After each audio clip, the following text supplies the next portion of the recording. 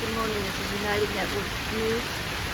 Beatrice Field doesn't a reporter from western North Carolina. We're getting the rain and some wind from the tornadoes that came up mostly closer to Charlotte. We're about 100 miles from Charlotte. The branches are down. The winds are blowing.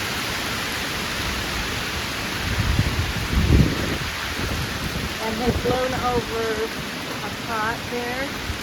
There's a tree branch that has broken off. Right? And let's see. So I normally don't have any rain that hits these cushions unless the rain's coming in like at, 35, 45 degree angle, and they are damp. She's taking them in. So this poinsettia plant has blown over. This gardenia plant has blown over. And down the steps, this is where it usually is.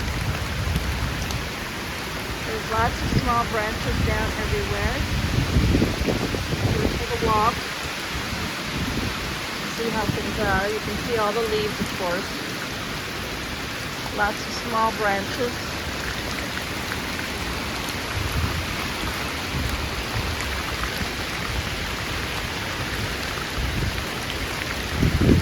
Substantial branches. So it's laid my Japanese anemones flat, because normally 50 feet tall. So I'm not a good judge of wind, but I would say we have 40 to 60 mile an hour winds. We're going to give a minute.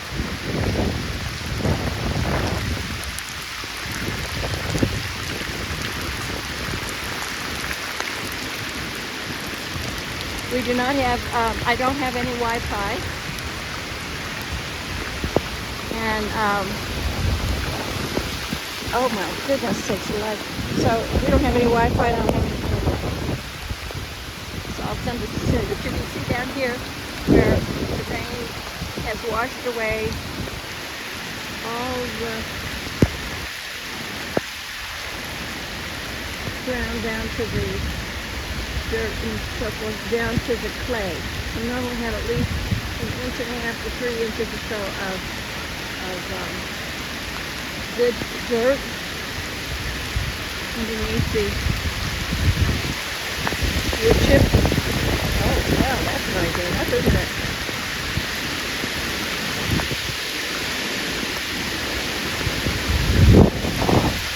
The risk I have for being out here right now is that a branch will come down and hit me in the foot. So that's the risk that I'm taking by being out here. So we have water running off of it's probably the road, even though that's a high part of the road. That's interesting, isn't it? So much water. You see it gushing over? Because I'd rather, create these flat spots in the ground and to, slow down the water and facilitate planting. And then, of course, the water's just washing everything out. I'm walking on fully saturated soil at the moment. There's water sitting on top of all of the dirt and leaves and wood chips. So now you can see it's rushing down like a river. Down. That's my gladiolus bushes. Down through the garden, looking for low places. Oops. This is the path we took yesterday when we walked down to the gully. And, oh my, this water is 5 or 6 inches deep. Now, I didn't bring to your attention when we first stepped out the door that my pots were full, again, about 6 inches. Now, they had projected 2 to 4 inches of rain, but quite clearly we've had more than that. So we're going to have to walk through this path to get down to the gorge. Ground's uneven. Whew.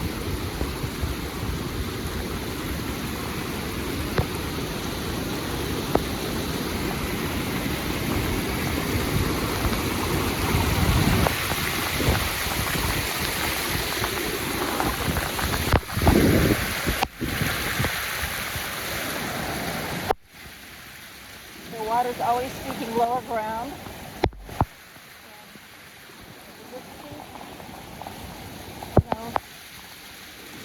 Slope. I don't know. Just 15 or 20 degrees is huge. Oh. And of course the ground is uneven. We had terrace areas in the garden. So here it is, rushing down to get to the gorge. And the gorge is obviously overflowing. We'll go down. Okay, it hasn't reached here above the bridge.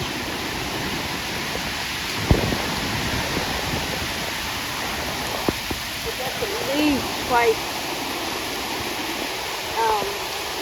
it was yesterday. Up at the road there's a big pipe to allow the water coming from the top of the mountain to go under the road and not wash the road out. But here it hasn't reached the size of our little gorge as of yet.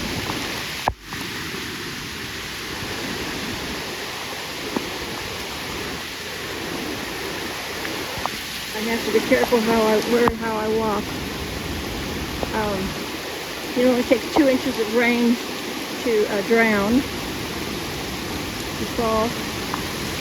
Remember the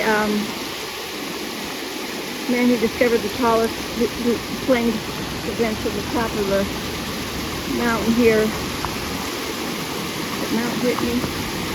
The tallest mountain on the East Coast, 6,607 feet. When he was very near the top, somehow or another, he fell and drowned. And they don't have any deep water up there. Sounds kind of suspicious to me, but what do I know? As I say, I know people can drown in 2 inches. Children, fall and hit their head and their faces are down into the water. So the neighbor here has water rushing down through their yard. They don't have a problem. Okay. Wow.